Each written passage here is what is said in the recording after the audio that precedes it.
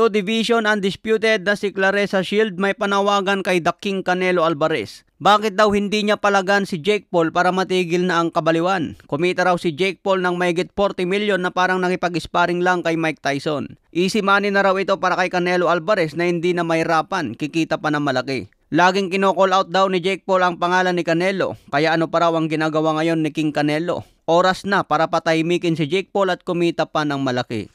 Which one of you guys who Jake Paul is calling out, and I'm even gonna say this for Mr. King Canelo, if Jake Paul is calling you out time out he can beat you in a fight, why won't you just whoop his ass?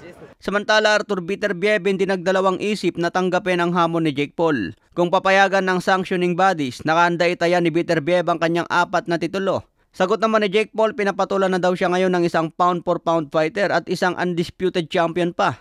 Kaya feeling ni Jake Paul mataas na ang pangalan niya sa boxing dahil pinapatulan na siya ng isang pound-for-pound. Kaya malapit na raw i-take over ni Jake Paul ang mundo ng boxing. Siya na raw ang bagong superstar. Sabi nga niya, just seen this. Top 5 pound-for-pound fighter in the world calling me out. 4 years in and I run this sports. Hindi naman si Beterbiev ang unang nag-call out kay Jake Paul. Binanggit kasi ni Jake Paul na gusto niya agawin ang undisputed belt ni Beterbiev. Kaya sumagot si Beterbiev at gusto niya pagbigyan si Jake Paul. Malapit na rin magretiro si Beterbiev, longest reigning world champion sa kasalukuyan. Kung papalag si Beterbiev, siguradong babayaran ng malaki at pwede na ito magretiro.